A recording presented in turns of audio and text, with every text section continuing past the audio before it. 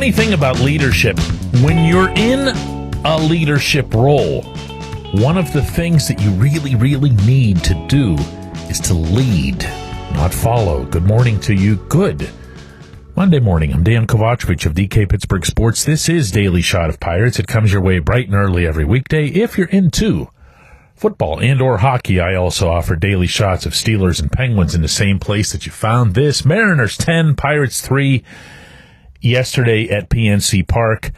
The Pirates still taking 2 of 3 from that series on the heels of the 10-game losing streak. The Pirates now heading to Arlington, Texas for 3 against the Rangers. And when they get there, they'll be met by Billy McKinney. He is a 29-year-old outfielder who does have 818 big league at-bats to his credit. He was brought into spring training as part of the alleged competition that had Josh Palacios and Edward Olivares, and, nobody ended up winning it. Nobody ended up playing right field, and then it'd be Brian De La Cruz, who was the main acquisition at the trade deadline, to become the right fielder, and he hasn't done it either. And there just really aren't outfielders anywhere at any level of this organization. No outfielders. Well, okay, Brian Reynolds. I take it back. Brian Reynolds. What a thing, right? They've been at it for 5 years. Reynolds was acquired by the previous front office. They've yet to deliver a single blessed outfielder. So now here comes McKinney. And I don't have a problem with McKinney himself. He's having a fine season, actually, at the AAA level for Indianapolis. Almost 300 batting average, almost 400 on base percentage. He's doing everything that anyone would have asked at that level. And that's the level that he was playing, so might as well excel there. He's done that. Good for him. Deserved the call-up. Set that off to the side. Ben Cherington has made clear time and again in the past month, and he did so again yesterday, that the team is continuing to battle for the playoffs, that nobody in the front office is changing their approach. They've won a few games in a row before. They can win a few in a row again. And on this front as well, I've got no issue. I really don't. I can see why Alika Williams would be the call-up over the weekend. I can see why McKinney would be the call-up now. The Pirates have a couple of vacancies for injuries, and they're replacing them with fringe guys who have experience as opposed to prospects or projects who'd be learning on the job. I have no doubt that if and when Williams or McKinney struggle, you're going to see, hear, and read a lot about what are they doing, season's over, let's see the children, at least give us something to get excited about. I get what they're doing. Here, if it sounds like I'm doing a lot of prefacing here to get to an actual problem, here is my issue with all of this. If you think about the way Cherington leads, and remember, he is the head of baseball operations. He is the leader of those operations. Theoretically, they all look to him, whether it's the players, the coaches, the staff, the administrators, not just in Pittsburgh, but at all levels. He is the leader.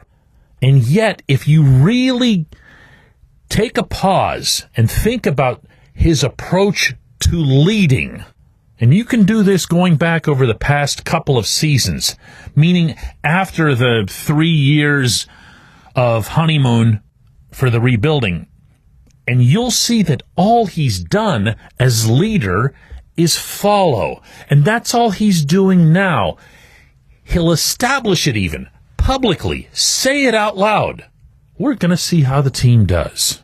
We're going to see what the team shows us, what the team tells us, how we're going to react at the trade deadline, how we're going to do this, how we're going to do that.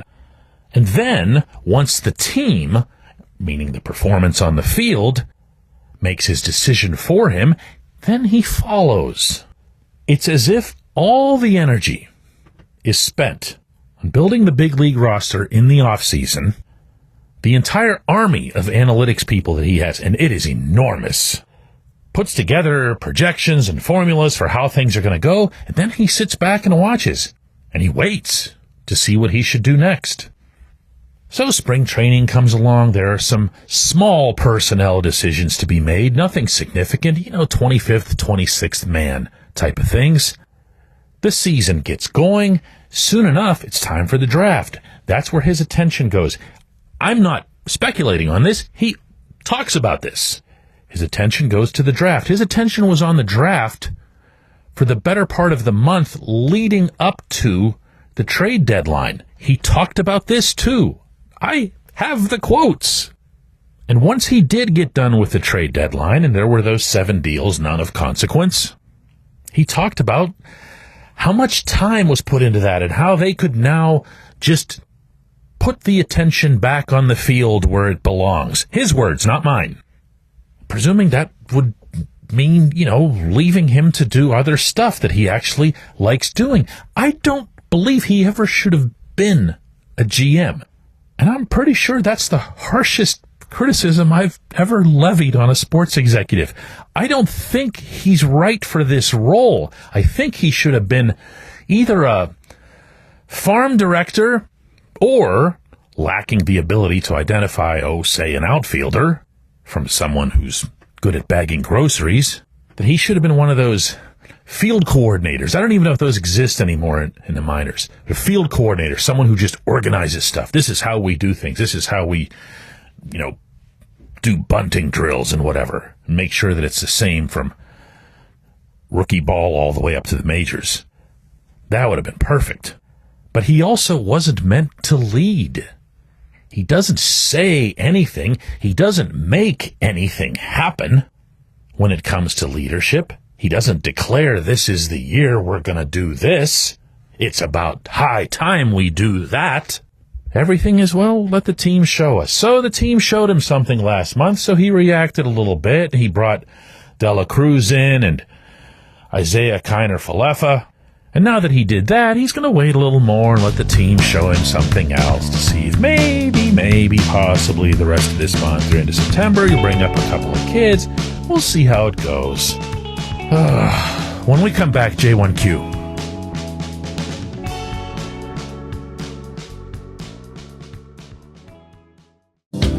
This portion of Daily Shot of Pirates is brought to you by our friends at North Shore Tavern, that's directly across Federal Street from PNC Park. It's home of Steak on a Stone, an eating experience, underscoring the word experience. The steak is brought to you partially cooked on an 800-degree stone, and you do the rest. It's a ton of fun, it's a great meal, and it's a baseball atmosphere like no other in Pittsburgh. North Shore Tavern, right across Federal Street from PNC Park. It's Gun Storage Check Week. Help prevent unwanted access to your firearms. No one wants their unsecured gun to be used in an accident, a suicide, or a crime. Use lockboxes, safes, and locks to secure your firearms. Learn more at gunstoragecheck.org. That's gunstoragecheck.org. Brought to you by NSSF, the Firearm Industry Trade Association.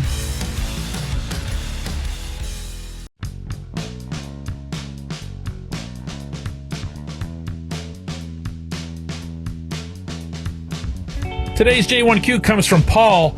And you know how sometimes I'll say, this is a really good one, or whatever, and it probably comes across as if I say that too often or I'm trying to be nice.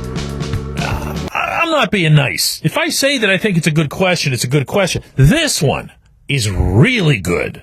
Paul asks, DK, we all agree that this general manager's record is indefensible. If Ben Cherington is fired, will we see another rebuild? To this fan, that would be even more indefensible. I, every once in a while, get somebody bringing this up, and I make a mental note to myself, man, that would just be a really good episode. And then I forget about it. And here comes Paul to my rescue, because this actually is a wonderful subject, even though I believe I can answer this emphatically in like about 2 seconds. No chance. None. Here's why. And if you think about this, it makes sense. Paul Skeens is here. Jared Jones is here. Brian Reynolds is in the peak of his career. Same with Mitch Keller. And if you want to throw in a couple other names, you can go right ahead and do that. But to me, that's plenty. You don't do a rebuild when you have a literally generational pitcher in Skeens. You just don't do it.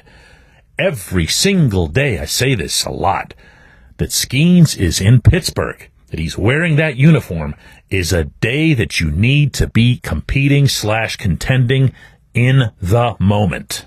So what actually would be needed is a completely different type of general manager, someone who is competitive, someone who can't stand to watch the team lose, who doesn't just witness it and go, you know what? I mean, we did see this coming. I mean, this was in our projections. And I'm going to be honest with you here. The part of this that drives me nuts isn't who's in Pittsburgh. It's who's not. I know people around baseball. I know eminently qualified people around baseball who would walk on hot coal to have this challenge, to have these jobs, to take over this process and to take it into the next phase. Cherington's not going to do it. I don't believe he's capable of doing it. Heck, more often than not, I'm wondering if he wants to do it. But there are people who have these backgrounds, who have these personalities, who have the right fit for the right time. That's who you get. That's who you seek out, and then when you find them, that's who you sign up. So when I hear that, the concept that you brought up there, Paul, I'll call it out for the misnomer that it is. You're just not going to rebuild just because you have a new GM and a new front office. Cherington came in and was handed the keys to exactly the kind of situation that he's forever embraced. He was essentially told, you can sell off anything you want, build it all up, become the Rays. Well, he at least got the first part right. He sold everybody off. 7 or 8 veteran guys, he ended up with one existing player in return in David Bednar. That's not this situation. That's not close to this situation. And for however much or little you might think Bob Nutting knows or cares about baseball, you're going to have to trust me that he gets that part. He does. I appreciate the question. I appreciate everybody listening to Daily Shot of Pirates. We're going to do another one of these tomorrow.